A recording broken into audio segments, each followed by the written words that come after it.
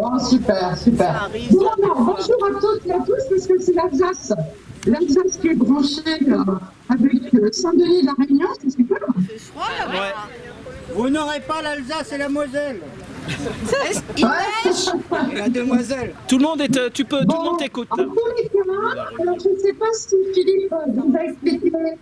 Non, il dit rien, Philippe. Le fait que du Camac, du calendrier. Écoutez. En fait, je ne vais pas pouvoir être avec vous mi-mai, comme je le souhaitais, parce qu'un texte de loi arrive dans l'hémicycle et il va falloir que j'y sois absolument, parce que c'est la prolongation de l'état d'urgence sanitaire. Alors, ils nous la font à l'envers, comme d'habitude. Enlève l'écho. C'est pour dire que le titre est magnifique. Le titre laisse à penser qu'on va retrouver nos libertés, qu'on va sortir de la crise. Et en fait, pas du tout. Ils sont en train de mettre des mesures transitoires absolument terribles, avec toujours la mainmise sur les libertés de déplacement, sur surtout les libertés d'entreprendre, les libertés de manifester.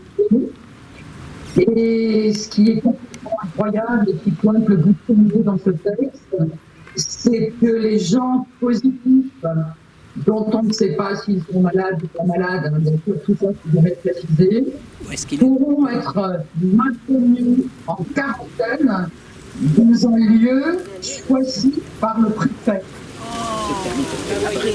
C'est complètement délirant. Ça rassemble au Veldiv, hein? J'ai pas compris ce que vous avez dit. Ça ressemble au Veldiv. En fait, Ça ressemble au Veldiv. oui, mais bien sûr, mais bien sûr. Et en fait, ce régime-là, on va l'avoir jusqu'au 31 octobre. Et souvenez-vous, ils peuvent remettre exactement en état de... Il y a un truc qui ne va pas là.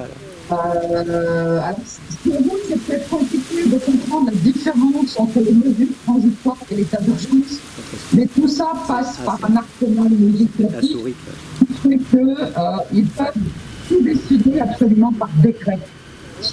On sait très bien que depuis plus d'un an, les parlementaires ne servent à rien, sauf à dénoncer ce que les décrets, donc tous, mais en tous les cas, ils vont pouvoir continuer à agir de cette façon-là jusque fin d'année. Vous passez un document, je ferai passer à tous qui veulent transmettre un document, j'ai tracé là-dessus pour essayer de faire les choses le plus simple possible pour que les gens comprennent. Mais en tout cas, voilà, ce texte qui passe en Conseil des ministres mercredi prochain arrive pour moi dans l'hémicycle la semaine où je devais venir à la réunion. Donc, en fait, je vais voir, enfin, on a discuté, Philippe et moi, hier soir, et je viendrai vraisemblablement tout début juillet.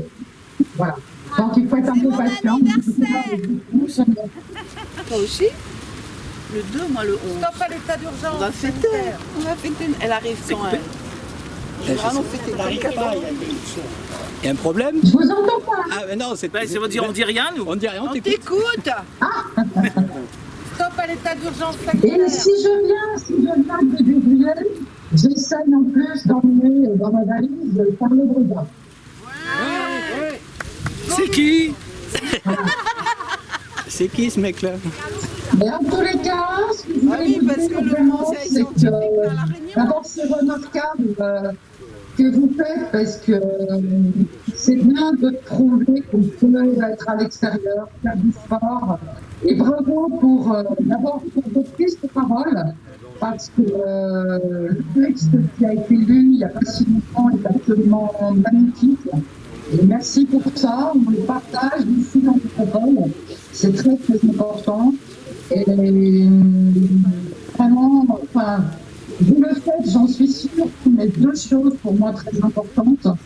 En tant que psychiatre, je me rends compte à quel point, et vous les professionnels de santé, et même les citoyens très simples, voient que certaines personnes commencent à lâcher prise, certaines personnes commencent à glisser doucement vers une grande tristesse, une dépression, certains même passent à l'acte. Donc il faut être très attentif à notre réseau personnel, professionnel, social, pour réussir à tendre des mains, parce que c'est la situation pour certains devient très très compliquée.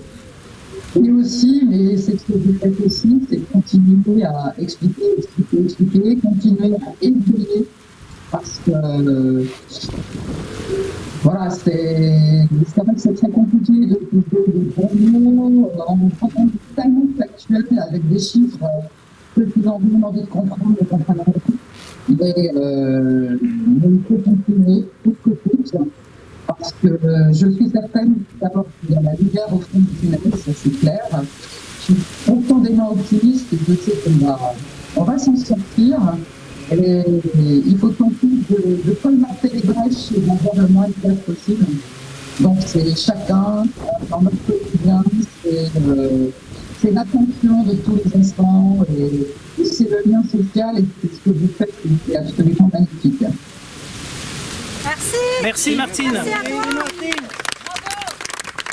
Bon, je imagine, mais en tous les cas, vraiment un grand bonjour, et puis à très vite. À très vite. Merci et bon courage à toi Martine.